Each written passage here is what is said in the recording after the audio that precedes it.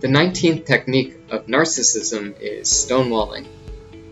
Hi, I'm Dan Cassenti. I'm a novelist and I'm a cognitive psychologist. I'm putting together this series of videos that I call the Narcissism Encyclopedia.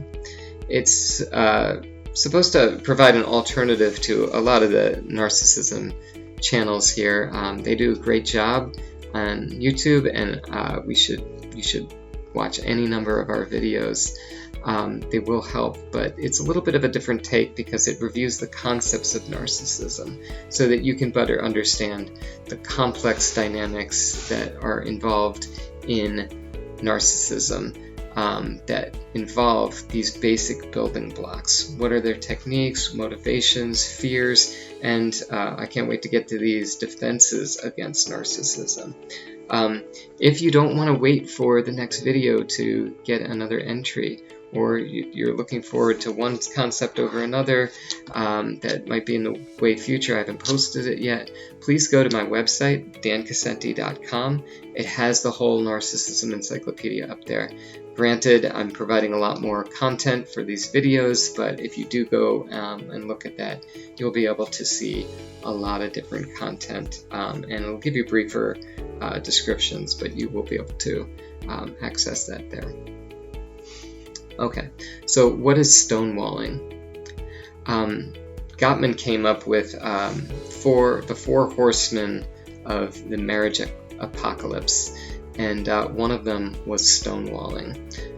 So one of four concepts that we need to understand in what leads to the end of a marriage, one of them is stonewalling. So that's it's a pretty telling sign that this is one of the big ones. Stonewalling is really interesting because it's a way of blocking cooperation. When we feel like we need cooperation from somebody else, a stonewaller will go, oh no, I'm not going to cooperate with you until you give in to these demands that I have. So they might not give you information that you need, or they'll won't take action that's necessary, and they'll just cross their arms and refuse to go forward. It's interesting because, if somebody's willing to block even the start of cooperation until their demands are met, how much do you think they're going to cooperate after you give in to their demands? It's not necessarily a good bargain to go into somebody who's stonewalling you, to say, oh, okay, well, I really need this person's help, so I'll just give in to what their demands are, because that is not somebody that you want to be in relationship with, that you want to collaborate with. If there's any way to get around that person, to not have them be involved in this critical decision that's coming up, or an activity that needs to be carried out, then work around them, get around them. You might notice there's a stonewaller at work, and you're supposed to collaborate with them on orders from the boss. Well, you might have to reach out to them, but if you can do the stuff yourself and then report back to the boss that, yeah, you tried, but they wouldn't work, they wouldn't bend, maybe that's a good way of getting around them. To find somebody else who can take their place. But when you're dealing with a stonewaller, recognize that their lack of being able to even start collaboration is a bad sign for them to be able to carry through with the collaboration. What you're bargaining for is probably not worth it. You might as well just skip them. Sometimes it's impossible. If you're co-parenting with somebody, you're under a court order to work with them in some way.